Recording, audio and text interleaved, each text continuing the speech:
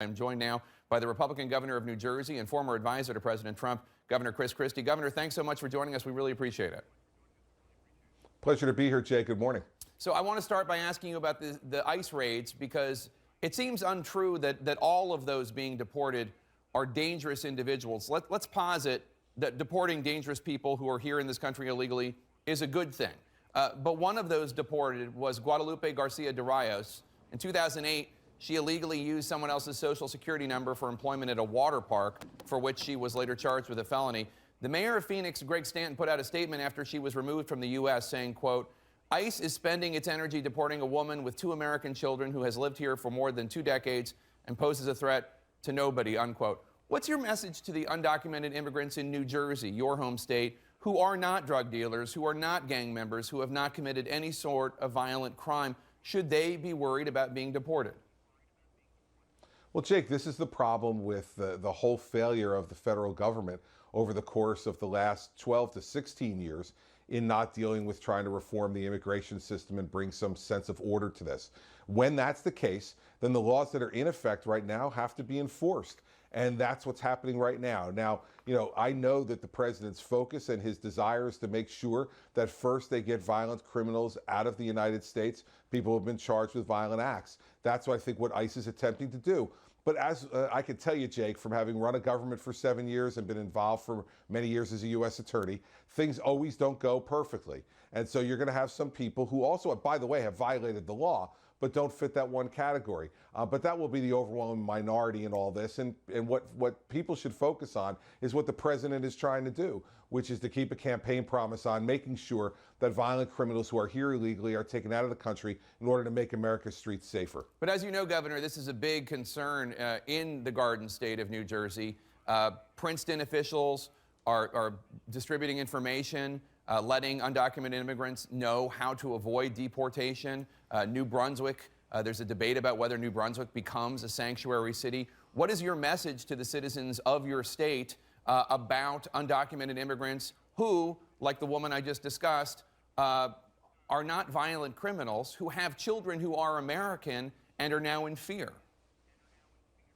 Well, Jake, first off, it should be surprising to no one that institutions like Princeton University, where, by the way, I'm a member of the board as governor of New Jersey, are going to take a very progressive, liberal position towards this, and will try to grandstand this during a time of political debate.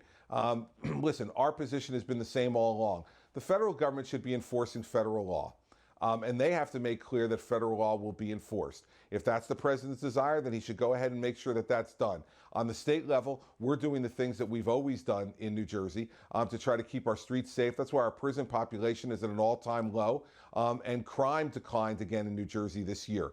So we're doing what we need to do at the state level to keep people safe, and the federal government should be enforcing federal law, and if they don't like the federal law, then they should go to Congress and get it changed. Let's turn to Russia. CNN has now matched that bombshell Washington Post report that National Security Advisor Michael Flynn, according to several government officials, privately discussed U.S. sanctions against Russia with that country's ambassador right around the time that President Obama was imposing new sanctions and before President Trump took office. I guess there are 2 issues here. One is the White House not telling the truth about this conversation, and the conversation itself. Let's take them one by one. If General Flynn did tell the Russian ambassador something along the lines of, "Don't worry about these sanctions President Obama is imposing, we're going to revisit them later," would that trouble you? Well, listen, I don't think that you can have any more than one president at a time. And, General Flynn has said up to this point that he had not said anything like that to the Russian ambassador. I think now he's saying that he doesn't remember whether he did or not. So that's a conversation he's going to need to have with the president and the vice president to clear that up so that the White House can make sure that they're completely accurate about what went on. But I've always been a person who believed that you have one president at a time, and that's the way things should be done. Well, and you touched on this in your answer, because of General Flynn's original adamant denial, although as you point out, he has now walked it back, saying he can't recall. Vice President Pence, Sean Spicer have now said things to the public that are apparently not true. Take a listen to Vice President Pence on January 15th. What I can confirm, having spoken to him about it, is that those conversations that happened to occur around the time that the United States took action to expel diplomats had nothing whatsoever to do with those sanctions. If General Flynn lied to the vice president, what should the consequences be? Well, that would be up to the vice president and the president. And so I'm sure that there'll be conversations between the vice president, the president, and General Flynn to make sure that everybody gets the accurate story on this matter, and that it's cleared up. And I think that's the obligation of General Flynn as National Security Advisor, to have those type of candid conversations with the president and the vice president, and then they'll act as they see fit given all the circumstances. Let's turn to the fact that there are a lot of Republicans who are concerned about the rollout of President Trump's travel ban. You yourself said last week that President Trump was ill-served by his staff on the issue. I know that you're focused on finishing your job as governor of New Jersey, and you still have a year left. But after your term is over, if President Trump were to come to you and say, Chris, I need you to help run things, would you be willing to serve in the Trump administration? Jake, you know we're not going to get into hypotheticals like that. My view is I've got a year to go, as you aptly put in your question, a little short of a year as governor of New Jersey. And then after that, as I've told everybody, my intention is to go to the private sector and work to help support my family in a different way than I've been able to over the last 16 years as U.S. Attorney and as governor. But as always, Donald Trump, the President of the United States, has been my friend and Mary Pat's friend for the last 15 years. And whenever he calls or I call him and we have conversations, I'm always willing, if he asks, to give my opinion on things. But I have absolutely no intention nor any understanding that I'll be asked to be in the administration in the years to come.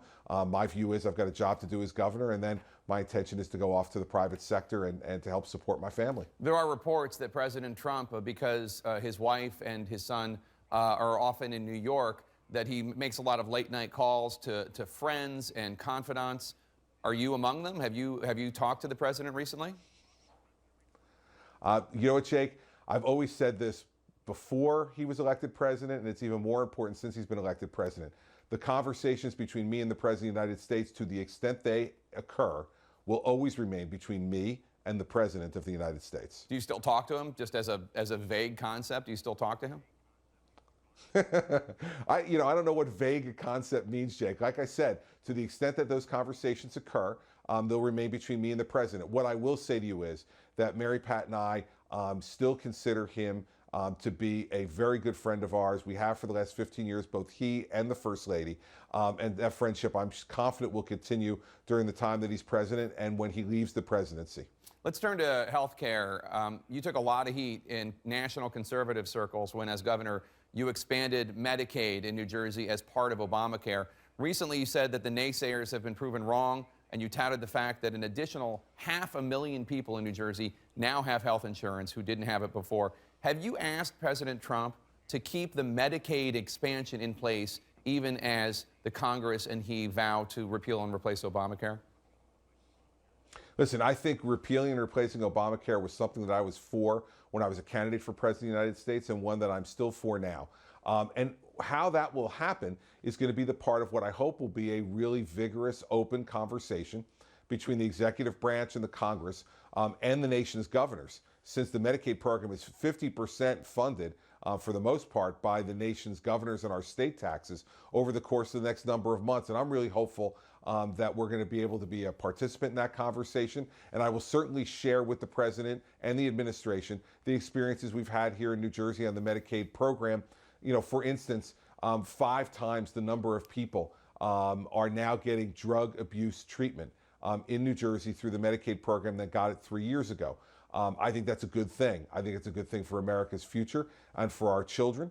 And so I certainly will share those stories. And then the president and the Congress will make an overall policy determination as to how they want to move forward. But I am convinced the president and the Congress are both committed to repealing and replacing Obamacare, and I support them in doing so. The nuances of that, Jake, is something that I hope the governors get a chance to participate in. And if we do, you can count on the fact that I'll participate in that conversation. Is it fair to characterize your position, though, as you don't want those 500,000 people who now have insurance who didn't have it before the Medicaid expansion and Obamacare? You don't want them to lose their insurance? Well, Jake, I want them to continue to be able to have coverage. Now, there can be lots of different ways that can happen through a repeal and replacement of Obamacare. And there are great minds inside the Congress, led by Speaker Ryan, who are going to have ideas on how to do this. There'll be great minds in the administration, like Secretary Price, who has been a longtime leader on this, who will have ideas to do it. And what the president will do is what he's always done. President Trump is a deal maker.